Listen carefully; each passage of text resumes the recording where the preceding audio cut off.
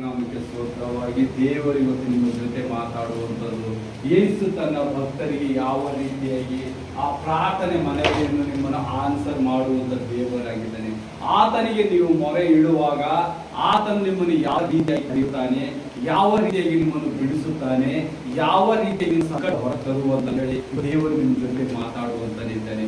ಇಲ್ಲಿ ನಾವು ಬಹಳಷ್ಟು ನೋಡುವಂತರಾಗಿದೆ. ದೇವರು ಮಾಡಿದ ಕಾರ್ಯಗಳು ಎಷ್ಟೆಲ್ಲ ಇದೆ ಅಂದ್ರೆ ನಮಗೆ ವರ್ಣಿಸಲಾಗುವುದಿಲ್ಲ, ಅಷ್ಟೆಲ್ಲ ಅಂತ ಕಾರ್ಯ ಮಾಡ್ತಾನೆ. ನಮ್ಮ ಜೀವಿತದಲ್ಲಿ ಪ್ರತಿ ನಮಗೆ ಅಂತ ಕಾರ್ಯಗಳು ನಡೀತಾ ಇದ್ದಾವೆ. ಆತ್ಮಿಕವಾಗಿ ನಮಗೆ ಕಣ್ಣಿಗೆ ಕಾಣಲ್ಲ. ನಾವು ಉಸಿರು ಆಡುತ್ತಿರುವುದು ಇದು ಒಂದು ಮಹತ್ವಕಾರ್ಯ, ಇದು ಒಂದು ಅದ್ಭುತ ಕಾರ್ಯ. ಯಾಕಂದ್ರೆ ದೇವರು ನಮಗೆ ಪಟ್ಟಿದ ಉಡುಗೊರೆ ಇದು. ನಾವು ಉಸಿರು ಆಡ್ಬೇಕಾದ್ರೂ ಆತನ ಒಂದು ಇಚ್ಛೆ ಇರಬೇಕಾಗ್ತದ.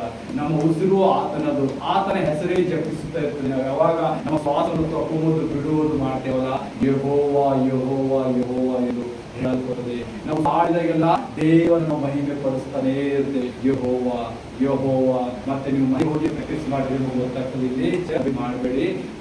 ಅವಾಗ ನೀವು ಯಾವಾಗ ಶ್ವಾಸ ತಗೋತಿರಲ್ಲ, ಬಿಟ್ಟಿದಾಗ ಯೆಹೋವಾ ಯೆಹೋವಾ ನಮ್ಮ ರಕ್ಷಕ, ನಮ್ಮ ರಕ್ಷಕ, ನಮ್ಮ ತಂದೆ ಯೇಸು ಯೇಸು ಯೇಸು ಯೇಸು ಅಂತ ಹೇಳಿ ನಾವು ದಿನನಿತ್ಯ ಎಷ್ಟೆಲ್ಲ ಶ್ವಾಸ ತಗೋತೇವೋ ಅಷ್ಟು ಜೊತೆ ನಾವು ದೇವರನ್ನು ಕರೆಯುವಂತರಾಗಿದ್ದೇವೆ. ದೇವರು ಅದಕ್ಕಾಗಿ ನಮ್ಮನ್ನು